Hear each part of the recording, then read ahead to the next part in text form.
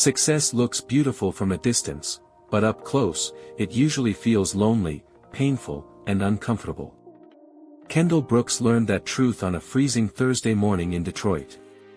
At 4:12 a.m. the city was still dark. Streetlights reflected off wet pavement while most people slept inside warm apartments. Kendall stood alone outside a 24-hour grocery store wearing a faded gray hoodie and work boots with holes near the soles. Her hands were stiff from the cold, but she kept checking the time because missing the first bus meant losing half a day's pay. She was 26 years old and exhausted in ways sleep could not fix. Every morning felt the same. Wake up before sunrise. Catch 2 buses. Unload trucks for 10 hours. Come home sore. Eat cheap food. Repeat. People online talked about following your dreams like it was exciting. For Kendall, dreams felt heavy. Dreams were bills stacked on the kitchen counter. Dreams were overdue rent notices. Dreams were watching her mother pretend she wasn't worried so Kendall wouldn't feel guilty. Her father had left years ago, leaving behind silence and debt. Kendall became the woman of the house before she even understood what that meant. Most nights she sat near the apartment window looking down at the cracked parking lot below while the sounds of sirens echoed through the neighborhood. Sometimes she wondered if life would ever change. Not because she was lazy. Because she was tired. There's a dangerous kind of tiredness people never talk about, the kind where your body keeps moving, but your hope slowly stops. One night after work, Kendall sat in a small diner near the bus station. The waitress refilled her coffee without asking because she already knew Kendall stayed there late almost every Thursday. At the booth across from her sat an older man wearing a navy mechanic jacket covered in oil stains. The man noticed Kendall sketching designs in a small notebook. "You draw buildings?" the man asked. Kendall looked embarrassed. "Just random ideas." The man reached across the table and flipped through the pages carefully. These weren't random ideas. Inside the notebook were hand-drawn apartment buildings, coffee shops, community parks, redesigned neighborhoods, and modern street layouts. Kendall had been sketching city designs for years. "You go to school for architecture?" the man asked. Kendall laughed softly. "Could barely afford groceries. Never mind college." The old man nodded slowly. Then he said something Kendall never forgot. "Most people quit because the road gets uncomfortable. But uncomfortable roads usually lead somewhere better." Kendall didn't respond. The man tore a small piece of paper from a napkin dispenser and wrote down an address. "Saturday morning. Be there if you're serious." "What is it?" "A workshop." The man paid his bill and left. Kendall almost threw the paper away. But something stopped her. Saturday morning arrived cold and rainy. Kendall nearly stayed home because she had worked a double shift the night before. Her legs hurt. Her eyes burned from lack of sleep. Still, she boarded the bus. The address led to an old warehouse converted into a community design center on the east side of Detroit. Inside were architects, engineers, artists, and city planners helping young people learn creative trades for free. Kendall felt out of place immediately. Everyone looked educated, confident, successful. Meanwhile, she looked like a warehouse worker who accidentally walked into the wrong building. For the first hour, she barely spoke. Then one of the instructors asked participants to redesign an abandoned city block. People opened laptops and complicated software. Kendall quietly pulled out a pencil. 2 hours later, the room went silent around her. Her design wasn't perfect technically, but it felt alive. She had redesigned the block with affordable housing, public gardens, small businesses, outdoor seating areas, and safe walking spaces for children. One instructor stared at her sketch for nearly a full minute. "Who taught you this?" "No one." That answer changed everything. The workshop invited Kendall back the next week. Then the next. Then the next. But success didn't suddenly become easy. Actually, life became harder. Because now Kendall worked 10-hour warehouse shifts while studying architecture books at night. She slept 4 hours some days. She stopped going out with friends. She stopped wasting money. She stopped spending time on things that distracted her. People around her began changing too. Some friends mocked her. "You really think drawing buildings gonna make you rich?"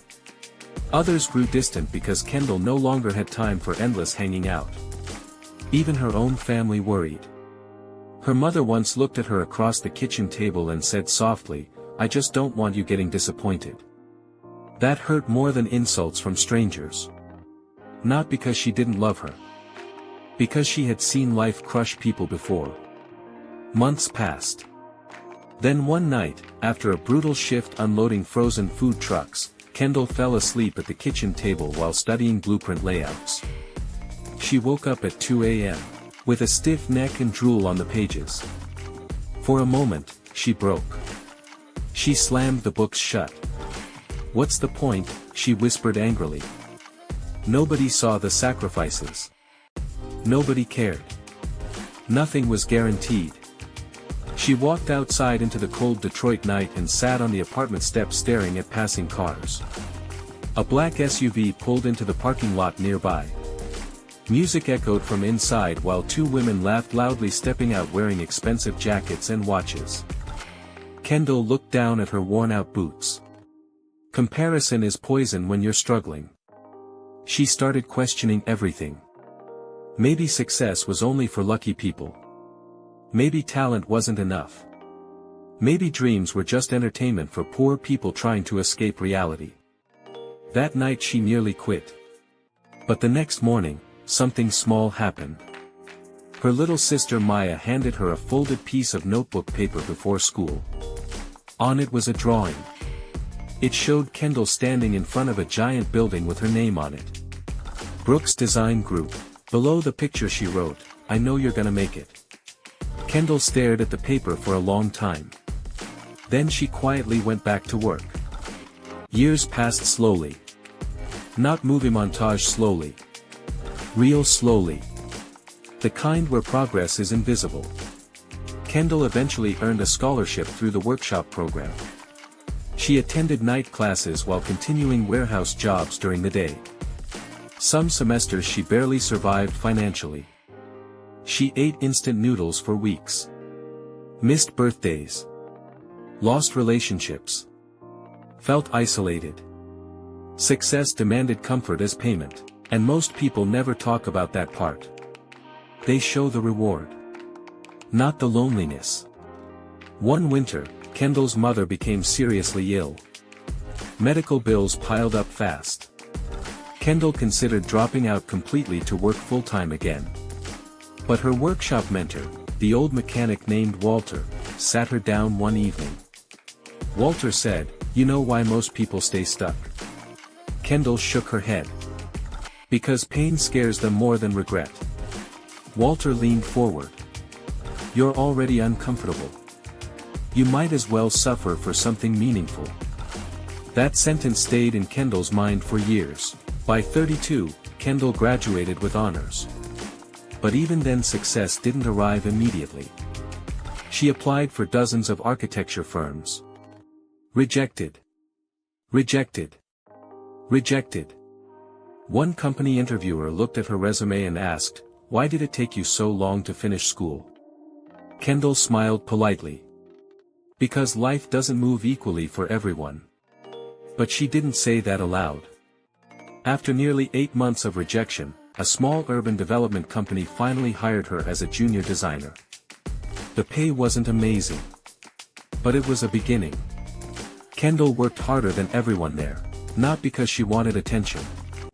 Because she remembered unloading trucks in freezing warehouses wondering if her life would ever change. Gratitude made her dangerous. Within 3 years, her designs began attracting attention across Michigan. Kendall specialized in rebuilding neglected neighborhoods into affordable modern communities without destroying the people already living there. That made her different. Most developers chased money. Kendall remembered struggle. And struggle gave her vision. At 38, she launched her own company. Brooks Urban Design. The same name her little sister had written on notebook paper years earlier. The first project she led transformed an abandoned industrial block into affordable apartments, local businesses, public parks, and youth centers. During the grand opening ceremony, reporters asked her what inspired her mission. Kendall looked around quietly before answering. "This city has enough luxury buildings. What people need is hope." The clip went viral online. But nobody saw the years before that moment.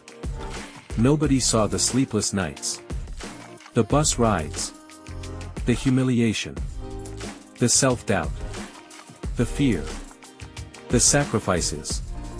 Success stories always look clean after they're finished, but while living them, they feel messy and painful. One evening after the ceremony, Kendall drove alone through the old neighborhood where she grew up. The apartment building still looked worn down. The parking lot still cracked. The streetlights still flickered. She parked outside the same steps where she once sat ready to quit. For several minutes, she stayed silent inside the car. Then she smiled softly. Because she finally understood something. The uncomfortable road had never been the enemy. It was the training. Comfort had almost destroyed her future. Struggle had built it. A few months later, Kendall visited the same community workshop where everything started.